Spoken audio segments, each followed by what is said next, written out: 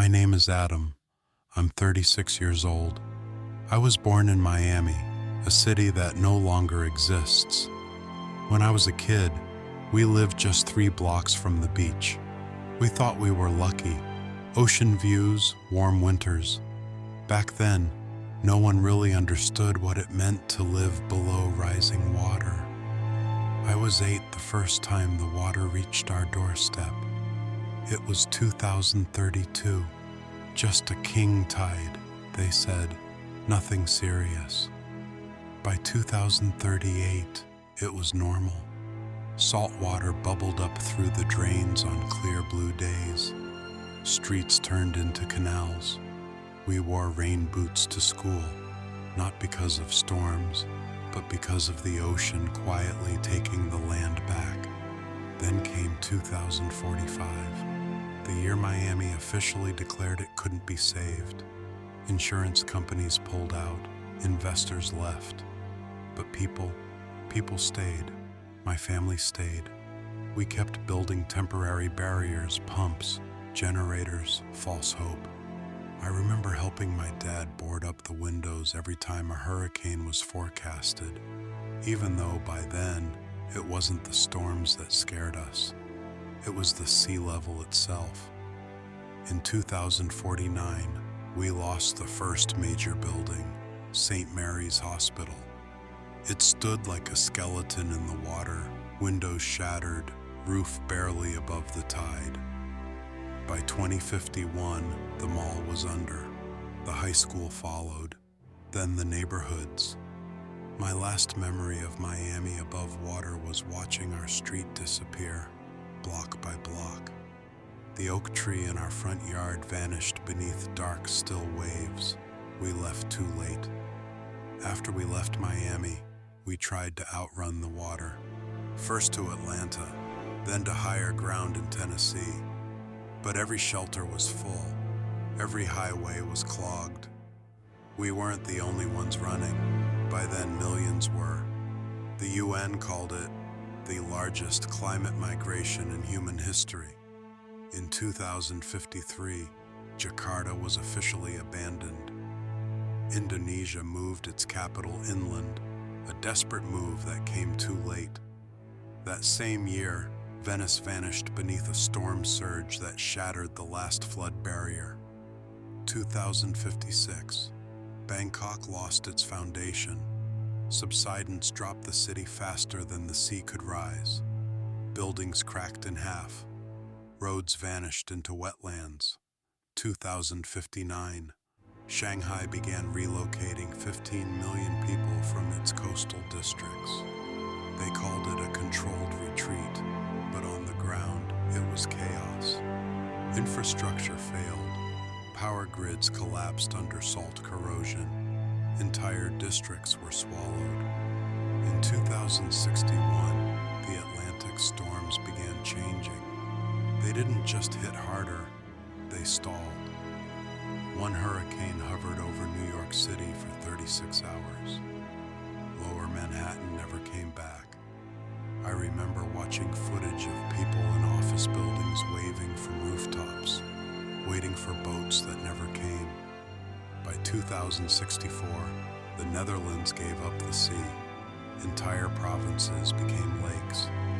Amsterdam was written off as a cultural memory, just a name in history books.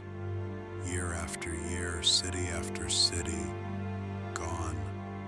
Not in explosions, not in fire, but drowned slowly in silence. Every time we thought the worst had passed, another coastline gave up. By the 2070s, no one talked about stopping it anymore. The narrative shifted from prevention to surrender, from saving cities to letting them go. Governments started marking red zones, entire regions no longer worth defending. If you lived there, you were on your own. In 2075, I worked with a volunteer network helping evacuate the last residents of Manila. We weren't rescuers. We were more like archivists. taking last photos of buildings, scanning documents, helping people box up what was left of their lives. Most just sat on rooftops and waited. Some refused to leave. They'd say, "This is my home. If it goes, I go." And they did. In 2081, Tokyo vanished beneath a permanent tide. A sea level rise so high, the subway system became part of the seabed. The Shibuya crossing, once the busiest in the world, was just a murky canyon of glass. New Orleans, Bangkok, Lagos, Barcelona. One by one, cities joined a growing graveyard beneath the waves. But what scared me most wasn't the water, it was the quiet. There were no wars, no explosions, just absence. Structures stood for years underwater, offices with chairs still pushed under desks, schools with chalk still on the boards, whole cities frozen in collapse. By 2090, over 90 major cities were completely submerged.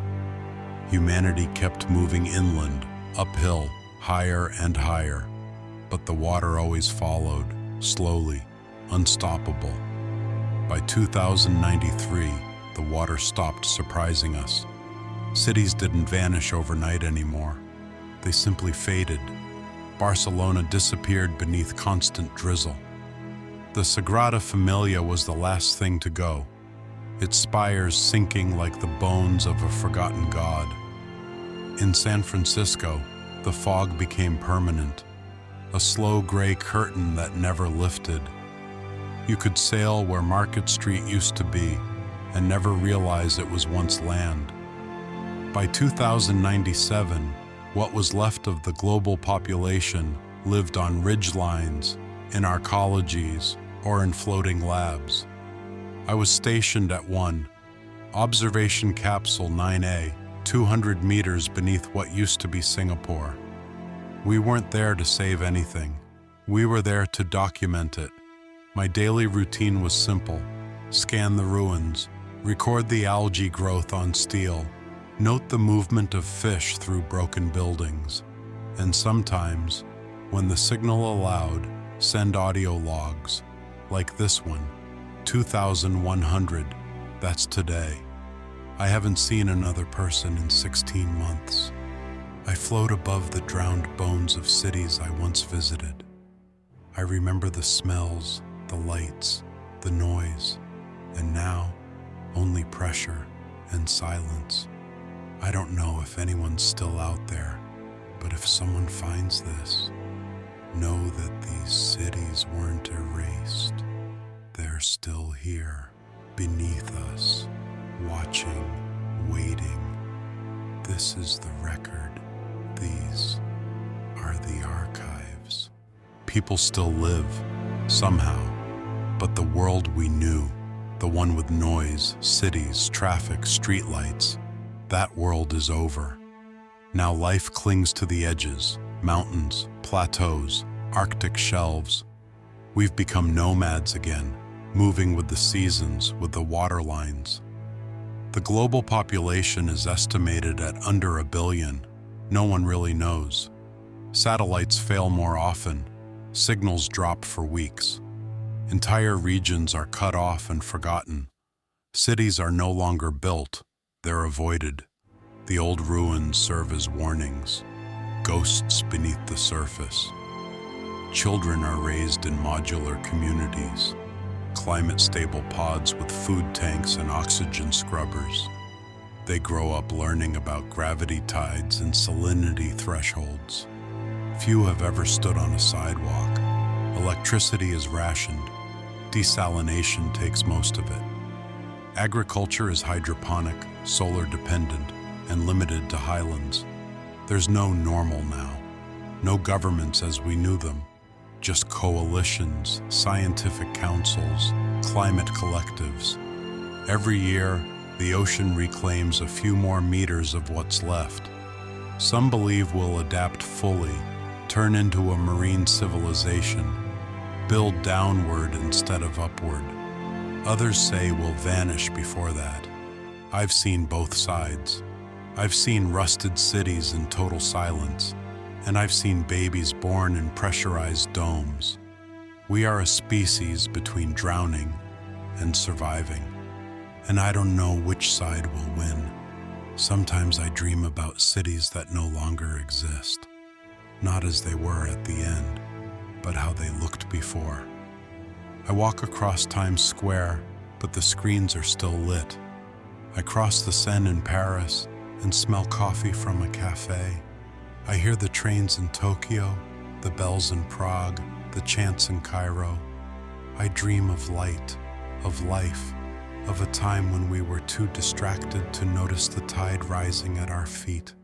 And then I wake up, surrounded by nothing but pressure, metal, and silence.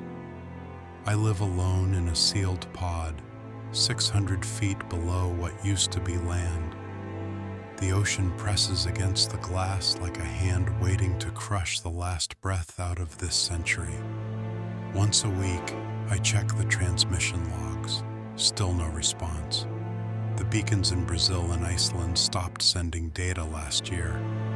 The Polar Buoy network is down. I might be the last archive still online, but I continue recording. Every coral bloom on concrete, every fish that passes through a rusted cathedral window. I record it all because someone has to. We built monuments to our greatness, and now they rust underwater like forgotten tombstones. The skyline is still there, just buried beneath salt and time. You might think the sea took everything from us, but I disagree. The sea left us with a mirror, a record of who we were, arrogant, brilliant, distracted, and deaf to our own warnings. Now the cities whisper below the surface, not with language, but with shape, with silence, with memory. And if there's anyone left to listen, this is what they say. We were warned, we didn't listen. Now remember us.